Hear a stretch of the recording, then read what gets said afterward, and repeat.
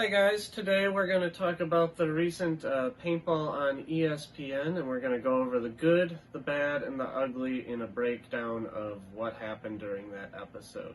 We're going to start with the good. One of the first good things is that if you did not catch it on ESPN, it is on Go Sports. The actual ESPN broadcast is on Go Sports. But there's a bad to that too. I'll get to that later. We're just talking good right now. So the intro video was very good. It's very professional. It's great looking. It's what you would expect from a major network picking up paintball, just like other sports. And then when they went into during the rule explanation of how the game works, they basically just told you about the two ways to score a point. Either, you touch the buzzer or you concede a point. And then they kind of just briefly glanced over penalties. Nothing too crazy. Paintball can get a little complicated in that, so I think it's good that they just kind of kept it simple. After that, they showed the field and broke it down a little bit. They showed basic names of all of it, and then they kind of went into some basic strategy on Dorito side, up the middle, and Snake side.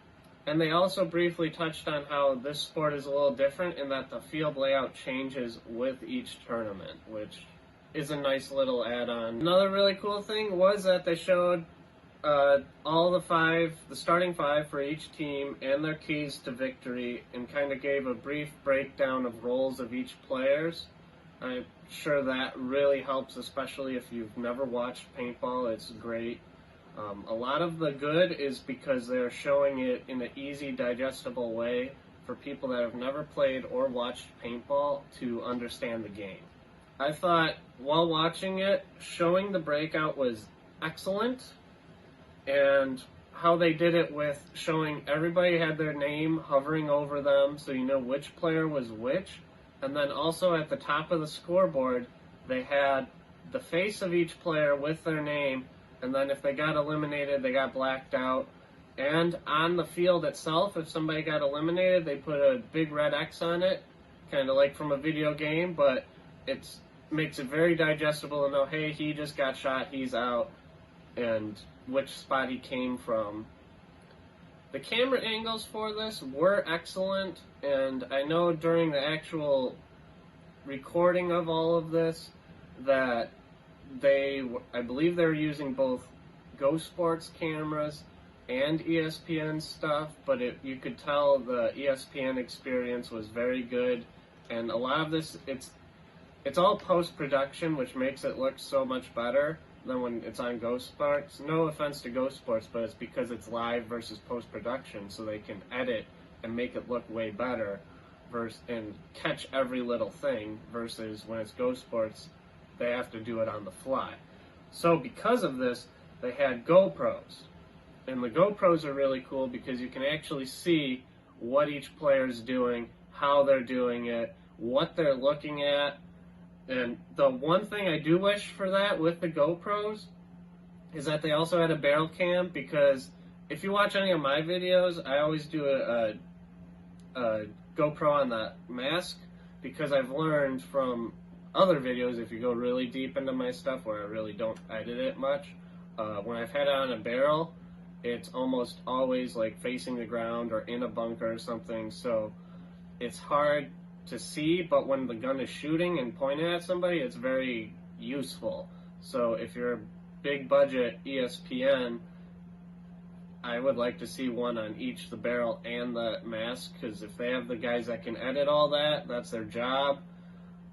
That, you can get both the player looking around, plus when they're getting a kill with the barrel cam, it would work very well. So I hope to see that in the future, if this does come to the future.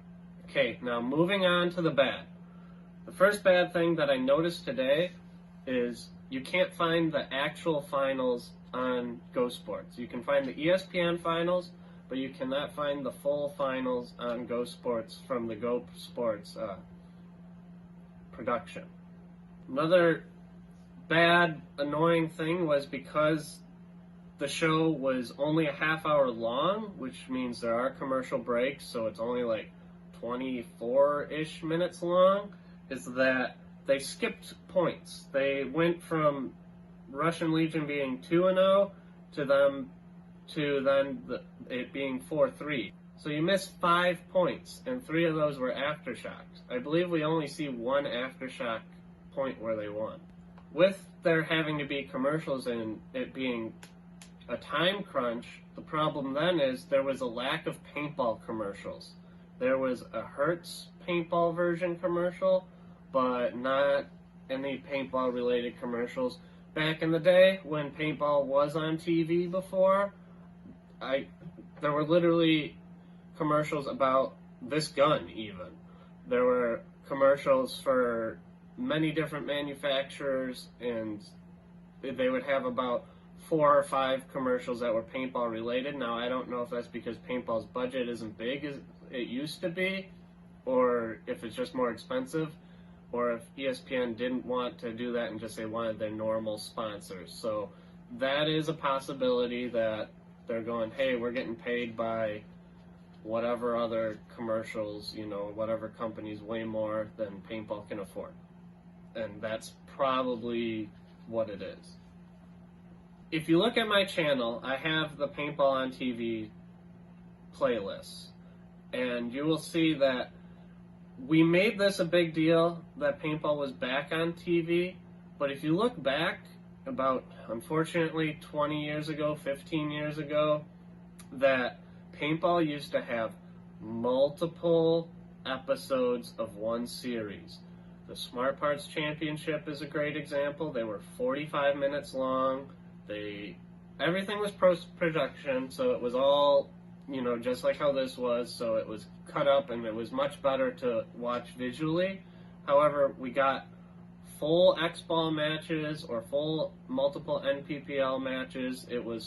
Everything was a full production. You got to see everything, and I think, if I'm not mistaken, like the Smart Parts Championship had 10 episodes. There were NPPL ones that had, 5 or 6 episodes. There was the UAPL, that one had about 5 or 6 episodes. And they were all 45 minutes long.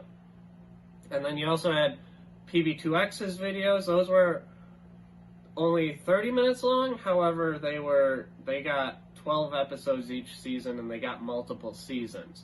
So I do see this as kind of a step backwards because we've been here before. Paintball has been on the big TV stage before. However, we've left, and now we're scrambling to get back onto TV, and we only got 1 episode, and it got aired twice. Now, if you watch the actual broadcast on Go Sports Live like I did, there were 5-minute breaks in between points opposed to the usual 2. Now, that's not necessarily such a bad thing for teams in that. It lets them get time. It was for ESPN. That was purely why it was 5 minutes long, and it was so they could make corrections to the TV and all that. However, because of that, you never saw players getting rotated in or out. It was the same 5 for each team every point. So that's a little disappointing. You don't get to see a variety of the players out there. Now, moving on to the ugly of this, and this is where I am kind of saddened at the state of our sport.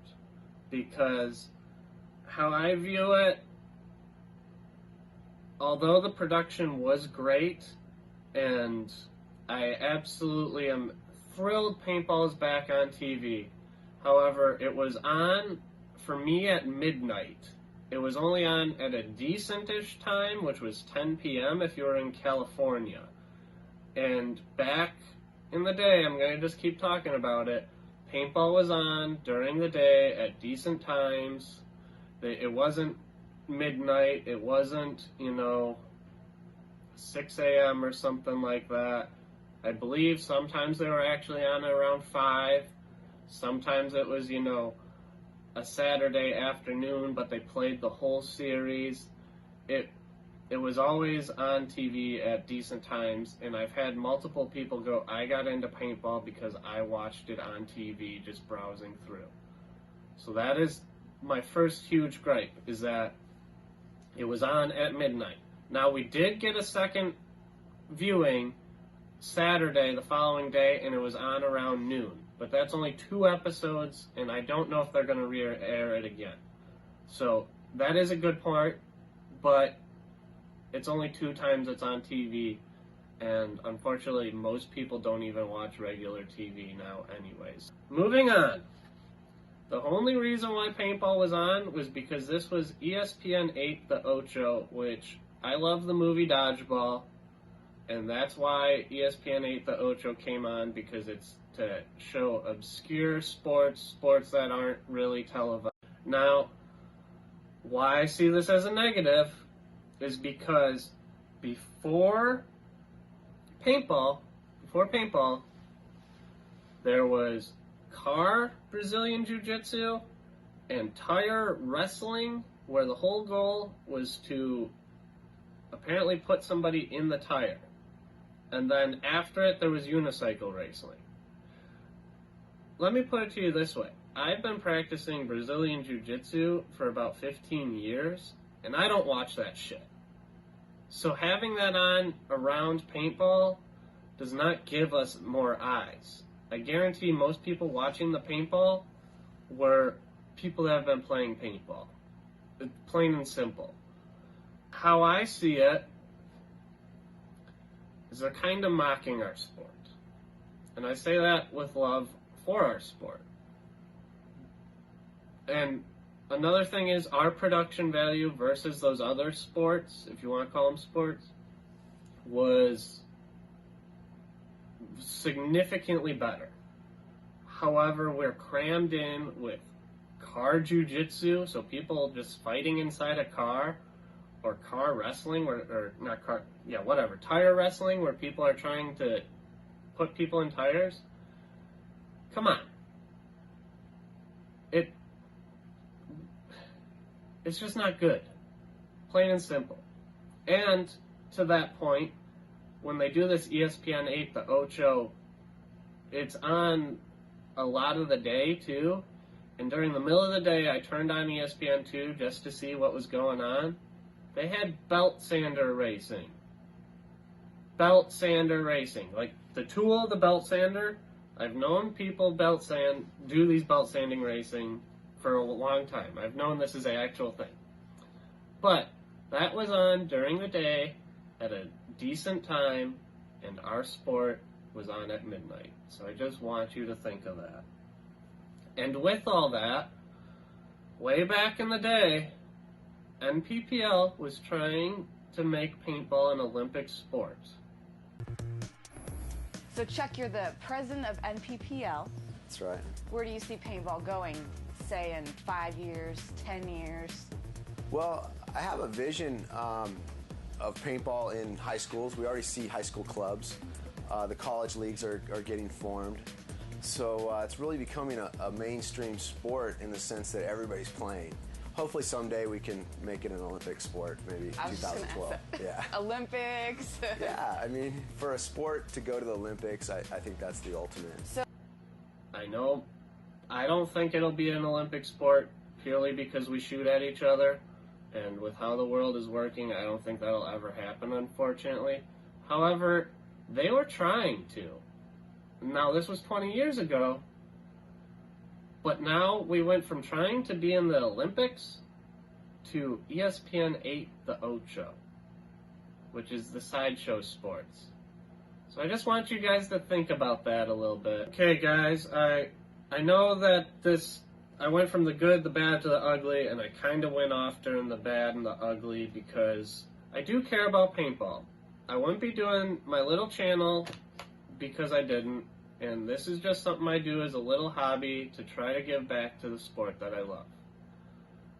Honestly, I did very much enjoy the broadcast. I thought it was a very good broadcast, despite all of my complaints. I do think it was good. But we could do better.